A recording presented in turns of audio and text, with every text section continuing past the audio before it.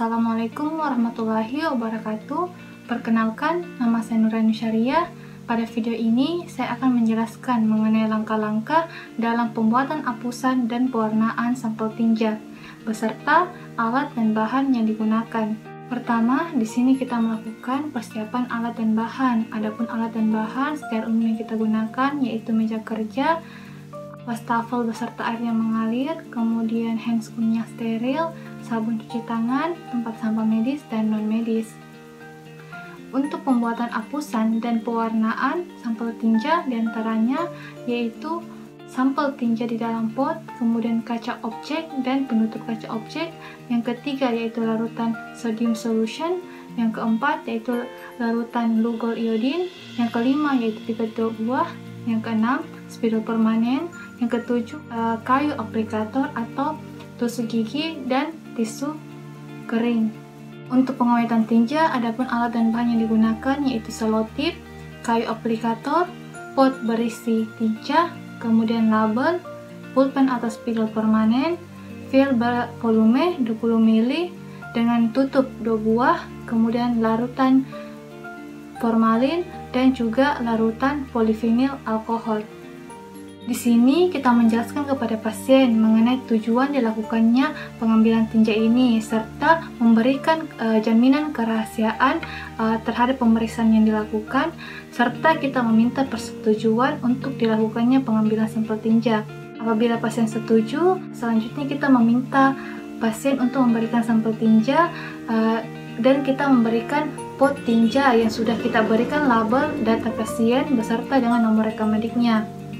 Nah, pada saat pengambilan tinja, kita beritahukan kepada pasien bahwa sebaiknya setelah dilakukan pengambilan tinja tersebut, segera dilakukan pengiriman kepada lab dalam waktu 1-2 jam. Secara idealnya itu kurang dari 30 menit setelah dilakukan pengambilan tinja. Kemudian, jangan mengontaminasikan tinja tersebut dengan urin atau kotoran yang lainnya. Pada pembuatan dan pewarnaan sampel tinja, yang pertama di sini kita ambil kaca objek, kemudian kita beri label sesuai data pasien, kemudian nomor rekam medisnya atau nomor registrasi, tanggal pengambilan tinja, dan juga tanggal pembuatan apusan. Setelah itu, kita melakukan cuci tangan dan juga menggunakan handscoon. Kemudian, kita ambil kaca objek, lalu kita letakkan di atas meja yang datar. Dengan menggunakan pipet tetes, kita teteskan masing-masing 1 tetes, yaitu larutan saline solution pada bagian tengah kiri kaca objek dan juga larutan Lugol iodine pada bagian tengah kaca objek.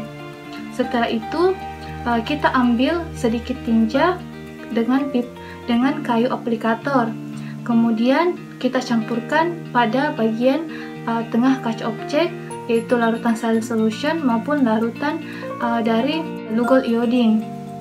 Setelah itu, setelah campur merata, kita tutup menggunakan kaca penutup dan kita keringkan bagian yang basah tadi. Setelah itu, kita buka sarung tangan dan kita buang ke tempat sampah medis. Kemudian kita lakukan cuci tangan. Untuk pengawetan tinja ini, yang pertama kita melakukan cuci tangan terlebih dahulu. Kemudian kita menggunakan sarung tangan.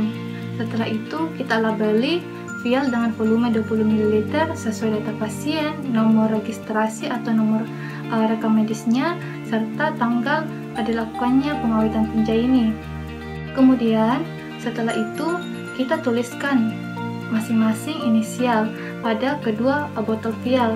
Untuk botol vial yang pertama kita tuliskan inisial F yaitu formalin, dan untuk tabung vial yang kedua kita tuliskan inisial PF yaitu polivinil.